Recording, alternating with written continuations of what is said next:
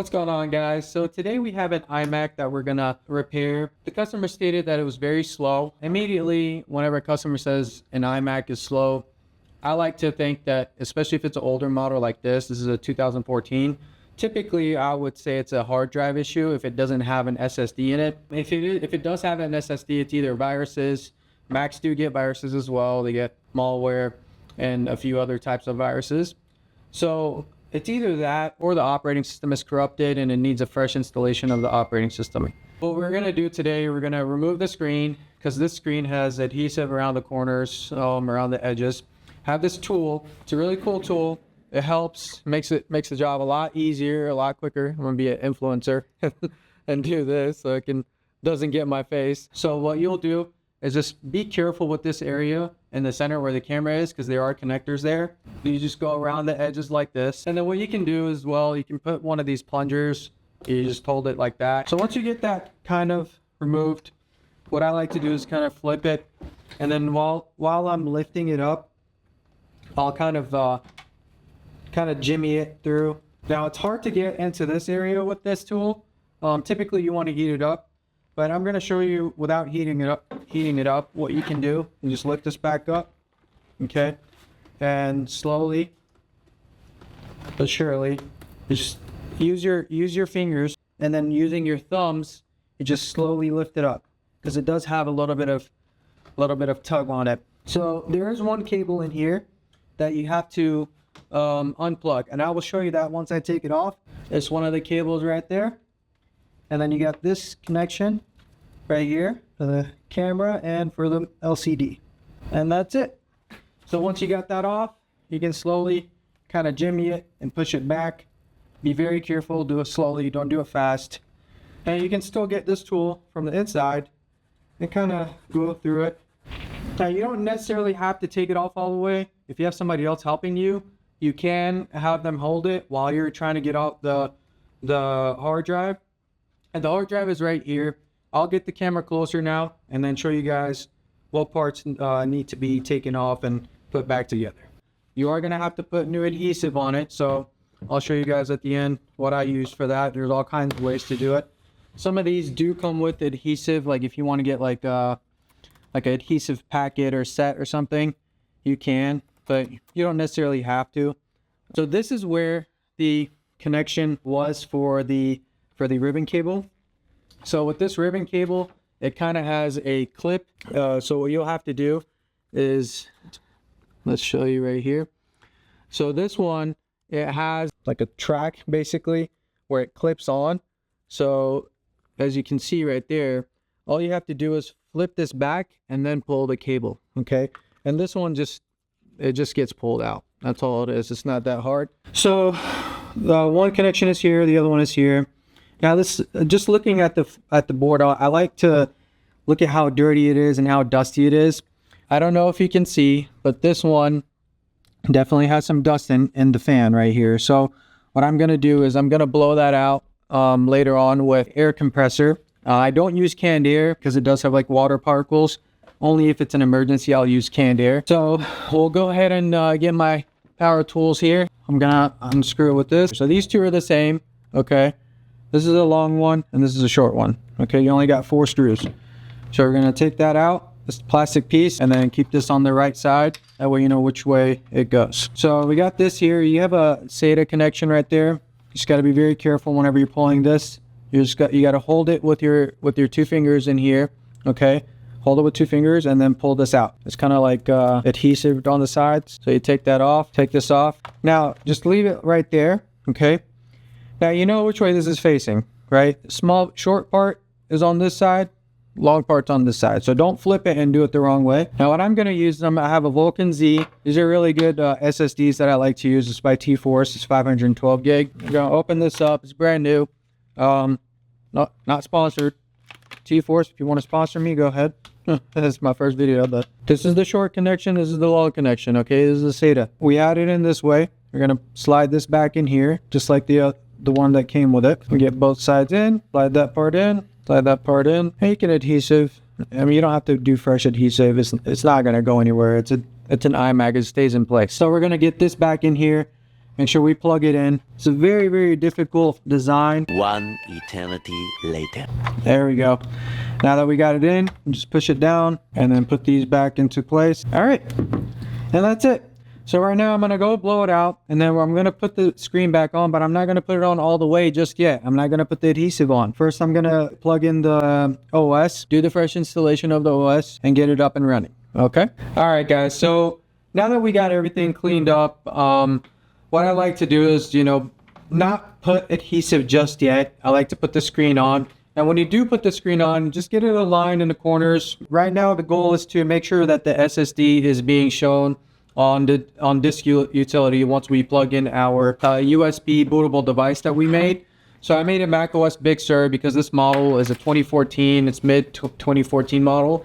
So the highest level it takes is Big Sur. But I always like to make sure, because sometimes it doesn't take it. You have to go down a step when it comes to OS. So just be very careful.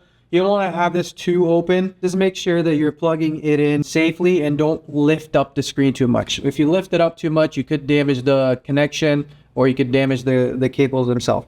So you put the one on the left first and then the one on the right, and then just slowly put it down. And what I like to do, I have some black tape, some electrical tape prepped. And I just put electrical tape on the sides here. Just that way it doesn't fall, whenever we're moving it around and flipping it over.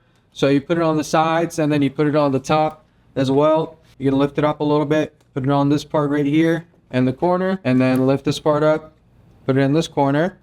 Just so it's holding it. It's not gonna obstruct your view or anything like that, because there's a black bezel around that is not a part of the screen. Now before we plug in the power, you want to put into the macOS Big Sur that you make from any flash drive, and just plug that in first in the back. Plug in your keyboard and mouse, and you can use any keyboard and mouse. It doesn't have to be Apple, but it's better if it's Apple preferred, because it has to have the option button.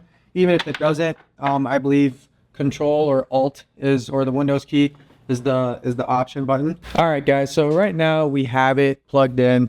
We have our bootable macOS Big Sur plugged in, and it is compatible with this. So it is coming up, and it is allowing us to install it. And the first thing you want to do is whenever you plug it in and you turn on the computer, you want to make sure that it's plugged in. Everything is plugged in. The USB drive and everything is plugged in, and then you plug in the power, because sometimes it comes on its own. So when it comes on, you want to hold down the option button, or if you do it right and if you've done it correctly, you don't even need to do that. You just let it load, and it'll automatically load using the flash drive that's plugged in. So now that that's plugged in, we're going to go to disk utility. Okay. Once we go into disk utility, you have to find our SSD and make sure our SSD is being shown. So it looks like it is showing. It's called the T-Force 512. So what we're going to do is in the corner right here, it says erase. So we're going to erase that. Okay. We're going to keep it at APFS for the format. And then we're going to name it Macintosh with a capital M, HD in capitals. Okay. So Macintosh with a capital M, and then the HD in capital. Why do we do that?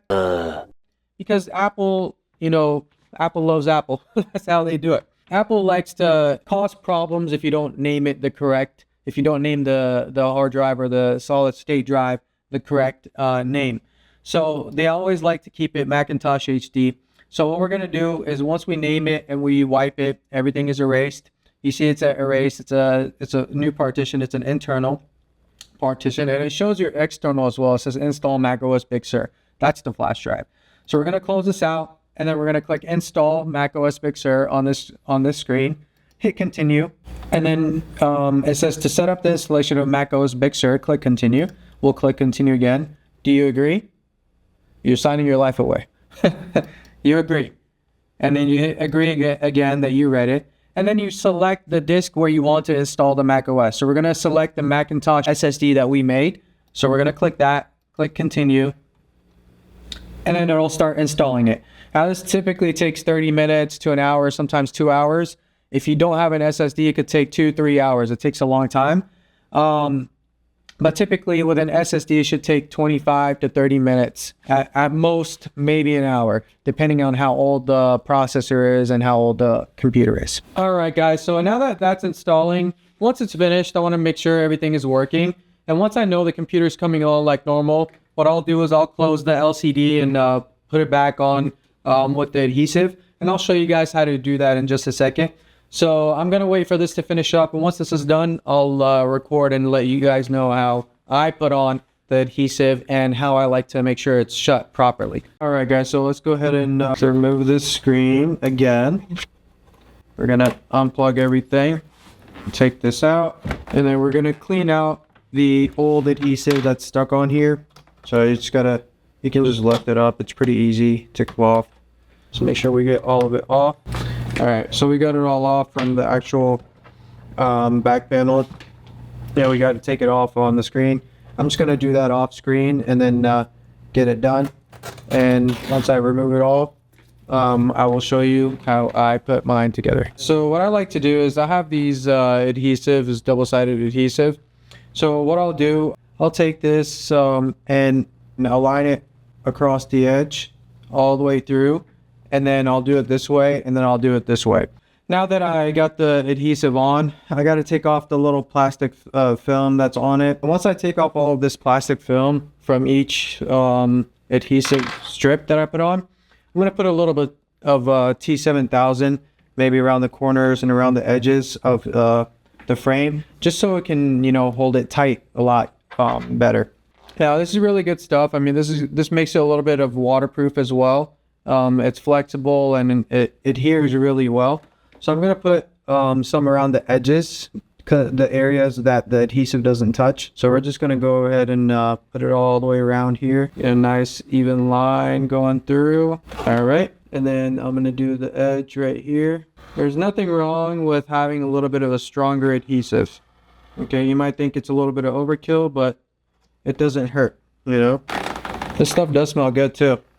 It's like crack. I don't know what crack is like, but I'm sure it's like this. So you got to make sure you align this perfectly in the corners. Otherwise, you're going to have a very, very hard time taking this off. Go ahead and plug this in. Get that one in. That one in. All right. So we'll go ahead and push this down. While you're putting it down, make sure it's even on both sides.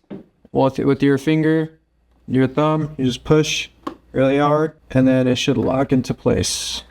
It does have some magnets on the edges, so you don't have to worry about it too much. All right, just gotta get this little rag and just go and put some pressure on here on the edges. You don't want to push too hard, just enough to where that adhesive hold each other. Touch the corners. So like I said, don't worry about the extra adhesive that comes out. The T7000 right here. It's all you do is just rub it like this and it will come off. And now the only step is to clean it really well. Make sure there's no fingerprints on the screen, and you are good to go. All right, here's the final product. Everything is cleaned, no fingerprints, no scratches, nothing on there. So what we're gonna do is we're gonna turn it on. Say Bismillah.